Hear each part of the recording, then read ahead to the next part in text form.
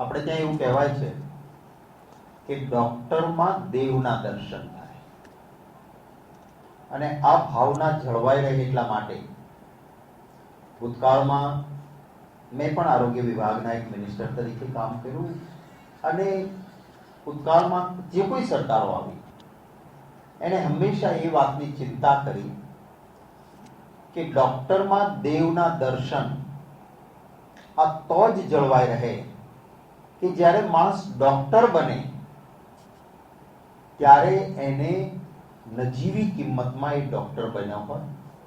Doctor બન્યા છે એના માટે સમાજનું કંઈક સમર્થન હતું માટે બની શક્યા છે એવું લાગે તો પછી એ ડોક્ટર બને ત્યારે સમાજને રીપે કરશે, વધારે સારી સેવા કરશે. આ ભાવના હોવાના કારણે ભૂતકાળમાં કોંગ્રેસની સરકારો નજીવી કિંમતમાં ડોક્ટર બને એની ચિંતા કરીને ગવર્મેન્ટ મેડિકલ કોલેજો રખાતી. સરકારી મેડિકલ કોલેજ સરકાર એમાં ઇન્વેસ્ટ કરે, નજીવી કિંમતમાં એક વિદ્યાર્થી ડોક્ટર બનીને બહાર પડે તો એ પણ ડોક્ટર બન્યા પછી સમાજમાંથી ભેગું કરવાની બદલે સમાજને સેવા આપવાનું વિચારે. આ એક ઉમદા વિચાર સાથે શરૂઆત થઈ. કોંગ્રેસમાં છેલ્લી સરકાર કોંગ્રેસની ગુજરાતમાં 1995 સુધી રહી, અને 1994-95માં બે મેડિકલ કોલેજ, સરકારી મેડિકલ કોલેજ ગુજરાતને મળી, એક ભાવનગર અને એક રાજકોટ. એ પછી આટલા વર્ષોમાં એક પણ 100% સરકારી મેડિકલ કોલેજ આખા ગુજરાતને ના મળી. હું વિરોધ પક્ષનો નેતા હતો ત્યારે વિધાનસભામાં વારંવાર બોલતો હતો કે ભાઈ શા માટે સરકારી મેડિકલ કોલેજ હોવી જોઈએ એની વાત કરતો હતો. અને હું એ પણ કહેતો હતો કે તમે જો અઢળક પૈસાથી પ્રાઇવેટમાંથી ડોક્ટર બનાવડાવશો તો એ બનેલો ડોક્ટર છે એને લાગશે કે હું ડોક્ટર થયો એમાં મારું શોષણ થઈ ગયું છે, અને એ પૈસા ક્યાંથી વસૂલ કરશે? સામાન્ય માણસ દર્દી તરીકે આવશે, એમાંથી વસૂલ કરવાની એની વૃત્તિ રહેશે. માટે સરકારી મેડિકલ કોલેજો જ હોવી જોઈએ, અને સાવ સસ્તા દરે ડોક્ટર બહાર પડે, એમાં ગરીબમાં ગરીબનો દીકરો ઝૂંપડામાંથી આવતો હોય તો એ પણ ડોક્ટર બનવાનું સ્વપ્ન જોઈ શકે. આવું હોવું જોઈએ એવી માંગણી કરતો. પરંતુ કમનસીબે સરકારે કોઈ સરકારી મેડિકલ કોલેજ તો નહીં બનાવી, પરંતુ ચૂંટણી આવતી હતી ત્યારે આજથી 14 વર્ષ પહેલા ગુજરાત સરકારે કહ્યું કે અમે સંપૂર્ણ સરકારી મેડિકલ કોલેજ તો નહીં બનાવીએ, પણ ગુજરાત મેડિકલ એજ્યુકેશન રિસર્ચ સોસાયટીની સ્થાપના કરીએ છીએ, GMERS.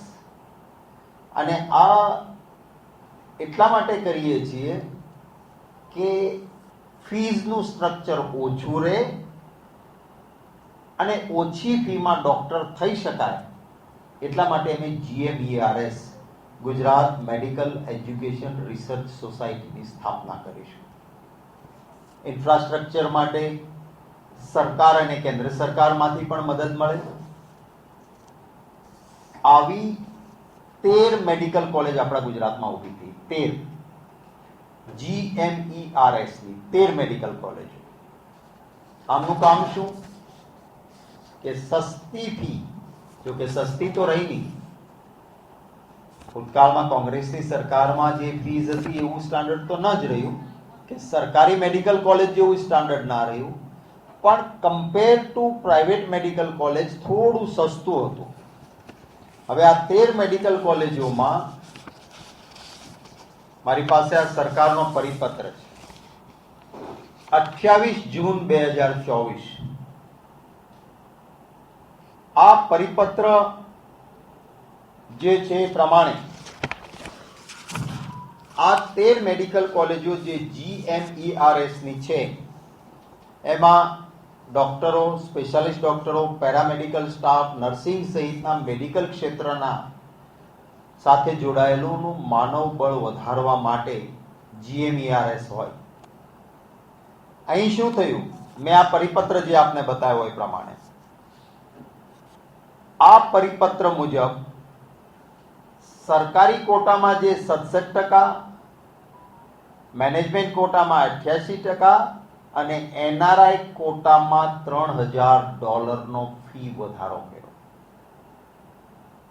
ફરી વખત રિપીટ કરું છું કે સરકારી કોટામાં એટલે કે માણસ મેરિટ્સ પર ગયો છે ડોક્ટર થવા, એની જે ફી હતી એમાં 67%નો વધારો, મેનેજમેન્ટ કોટામાં 88%નો વધારો અને એનઆરઆઈમાં $3000 એટલે કે $22000 હતા એ હવે $25000.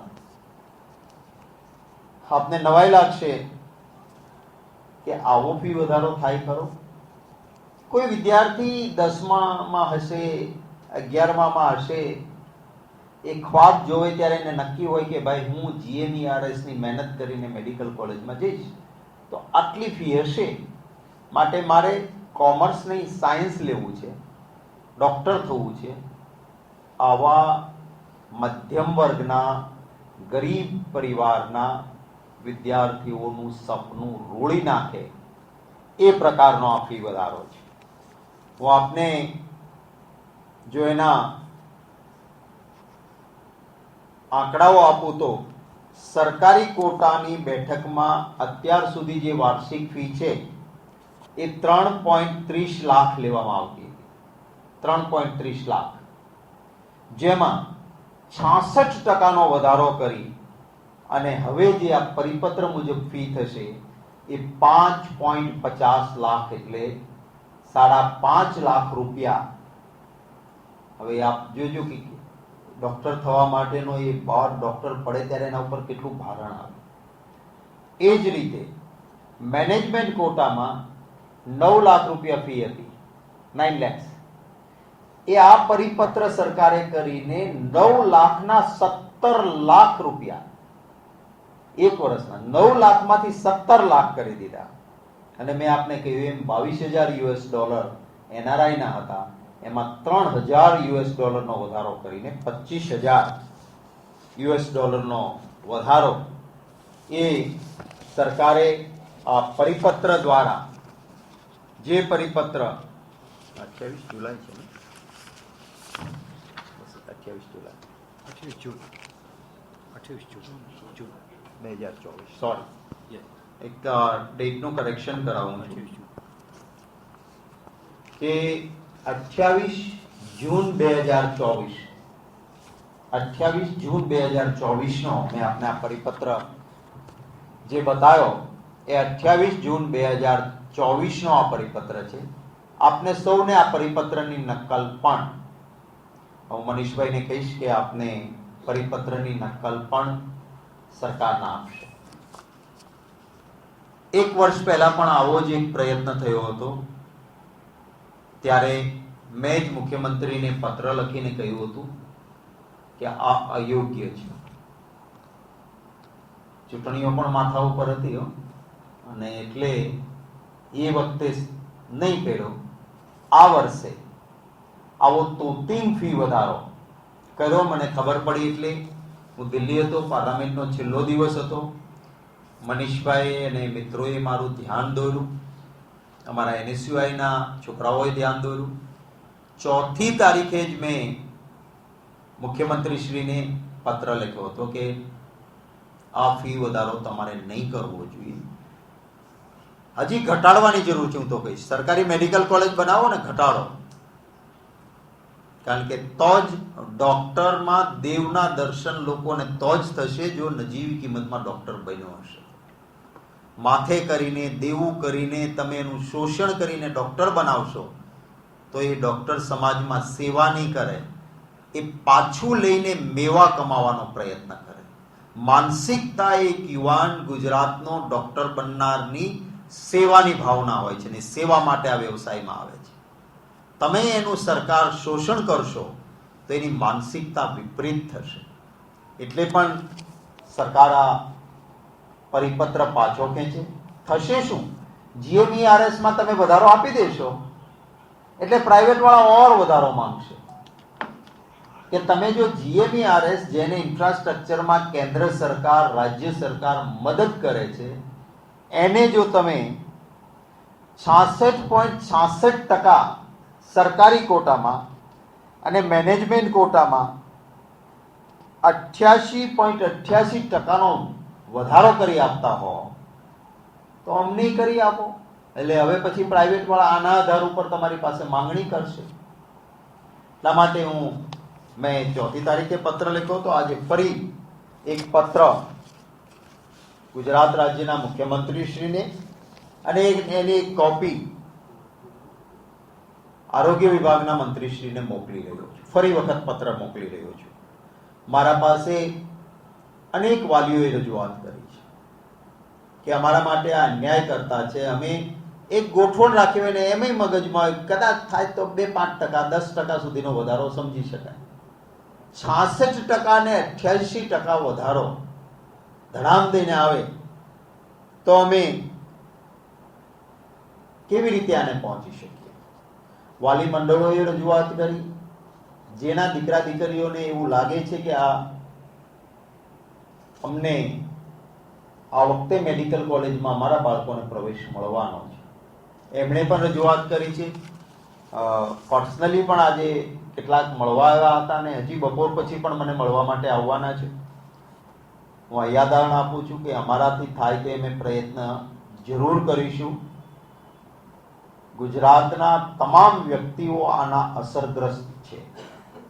જેના બાળકો ડોક્ટર થવા જવાના છે એ નહીં, પણ એ ડોક્ટર થઈને બહાર પડશે એની માનસિકતા જો ખરાબ ન થાય એટલા માટે તમામ ગુજરાતીઓને પણ વિનંતી કરીશ કે સરકાર ઉપર દબાણ લાવે. નીટની ગેરરીતિઓ મેં એની દિલ્હીથી આખી પ્રેસ કોન્ફરન્સ કરી હતી. મને લાગે છે આપણે સૌએ જોઈ હશે કઈ પ્રકારે ડોક્ટર થવા જનાર વ્યક્તિ બિચારો મહેનત કરતો હોય અને નીટનું પેપરમાં લાખો રૂપિયા આપણા ગોધરાના ઇન્વેસ્ટિગેટ કરતા ડીવાયએસપીએ જે એફિડેવિટ આપી છે, હું આજે મનીષભાઈને કહીશ જે ઇન્વેસ્ટિગેટિવ જર્નાલિઝમ કરતા હોય એ ગુજરાત સરકારના ડીવાયએસપીની એફિડેવિટ વાંચજો. એણે એમાં લખ્યું છે કે કેવી તરકીબ હતી નીટમાં. 10 લાખથી લઈને 40 લાખ, 10 લાખ એડવાન્સ લેવાના, કોરવ ચેક આપવાનો, 10 લાખ રોકડા લેવાના. કહેવાનું વિદ્યાર્થીને સેટિંગ થયું અને કે તારું જે આન્સર શીટ છે એમાં 100% તને ખબર હોય એમાં ટીક કરીને બાકીના કોરા છોડી દેવાના. સીસીટીવી ફૂટેજમાં પકડાયું કે સીલ કરેલું બોક્સ ખોલી અને કુરિયરમાં પેપર મોકલતા પહેલા જેનું સેટિંગ હતું એના પેપર કાઢ્યા, ખાલી રાખ્યું હતું ત્યાં સાચા જવાબ સામે ટીક કરી અને મોકલી આપ્યા. આ હું આક્ષેપ કરું એમ નહીં, આ ડીવાયએસપી ગુજરાતના કોર્ટમાં એને રજૂ કરેલી એફિડેવિટ એટલે કે સોગંદ ઉપર એ કહે છે કે સાહેબ આવો ગોટાળો થયો છે. અને જે સ્કૂલમાં ગોટાળો થયો એ ભારતીય જનતા પાર્ટી સાથે સીધા જોડાયેલા એના ફોટાઓ ભાજપના મિનિસ્ટરો સાથે, સ્મૃતિ ઈરાની સાથે એ ફોટાઓ છે. હું પોતે પણ એક શિક્ષણ મંત્રી હતો. આપણા ગુજરાતની એક પરંપરા હતી, મને બહુ આમંત્રણ આવતા કે અમારી સ્કૂલનું ઉદ્ઘાટન કરવા આવો, પરંતુ આપણે ત્યાં પરંપરા હતી કે એ વિભાગના મંત્રીએ પોતાના વિભાગની શિક્ષણ મંત્રી હોય તો એને શિક્ષણની પ્રાઇવેટ સ્કૂલનું ઉદ્ઘાટન નહીં કરવાનું, કારણ કે નહીતર એ ગરબડ કરે તો અધિકારી એની સામે પગલાં લેતા ડરે કે આનું તો શિક્ષણ મંત્રીએ ઉદ્ઘાટન કર્યું છે, આ ગરબડ કરે એની સામે પગલાં કેમ લેવા. એટલે એક પણ પ્રાઇવેટ સ્કૂલનું ઉદ્ઘાટન કરવા હું નહોતો ગયો. મારી જેમ ઘણા બધા, હું જ એમ નહીં, કોઈ મંત્રી એ રીતે ન જતા. અમે મનોહરસિંહજી જાડેજાને, હું યુવક કોંગ્રેસનો પ્રમુખ હતો અને વલભીપુર પાસે એક હાઈવે ઉપર રેસ્ટોરન્ટનું ઉદ્ઘાટન કરાવવા માટે આમંત્રણ દેવા ગયા. એમણે કહ્યું કે હું પુરવઠા વિભાગનો મિનિસ્ટર છું, હાઈવે ઉપરની આ હોટલનું ઉદ્ઘાટન કરું અને પછી ત્યાં વેચાતી કોઈ વસ્તુમાં ભેળસેળ હોય તો મારા વિભાગનો અધિકારી ત્યાં દરોડો પાડતા ડરે, ન પાડે એટલે ઉદ્ઘાટન કરવા હું નહીં આવું. આવી ઉચ્ચ પરંપરાઓ હતી પણ આ નીટમાં ગરબડ કરનારી સ્કૂલનું ઉદ્ઘાટન કરવા શિક્ષણ મંત્રી, કેન્દ્રમાંથી સ્મૃતિ ઈરાની, મુખ્યમંત્રી પણ ત્યાં આગળ જઈને કરે અને એ જ નીટમાં પછી પકડાય, આ સીધું બતાવે છે કે ભાજપનો સીધો ભ્રષ્ટાચાર છે. એક તહોમતદાર એમાં પકડાયો છે જેના અનેક ફોટા ભાજપના નેતાઓ સાથે છે, ગળામાં કમળવાળો ખેસ છે અને ભારતીય જનતા પાર્ટી લઘુમતી સેલનો ઉપપ્રમુખ છે. આજે પણ એ જેલમાં છે. એટલે ભાજપનો ખેસ પહેરીને ભાઈ મુક્ત ભ્રષ્ટાચાર કરો. આ સ્થિતિમાં નીચની ગરબડ પણ છે. ત્યારે જે વાલીઓ એક માનસિક ટ્રોમા નીચે છે એને ફી વધારાથી મુશ્કેલી ઊભી કરવામાં આવી છે. પરિપત્ર તાત્કાલિક રદ કરવામાં આવે. હું ગુજરાત રાજ્યના માનનીય મુખ્યમંત્રીશ્રીને કહીશ કે તમારે શાસન મૃદુ બનીને કોક ચલાવવા માંડે એવું દયાળુ બનવાની જરૂર નથી. દાદા ભગવાન પણ કહે છે કે કડકાઈથી આવા સંજોગોમાં કામ લેવું જોઈએ અને એટલે આવો ફી વધારો ન કરાય. આ પરિપત્ર રદ કરવામાં આવે. સરકારી મેડિકલ કોલેજો બને. આપણા ગુજરાતમાં જરૂર છે. આપણે તો મોટા વિકાસશીલની વાતો કરીએ છીએ, તો સરકારી મેડિકલ કોલેજો વધુ બને અને આ ફી વધારો તાત્કાલિક પરત ખેંચવામાં આવે એવી માંગણી કરું છું. અમારા NSUIના મિત્રો એ મને આજે કહ્યું છે કે આ ન્યાયકર્તા છે.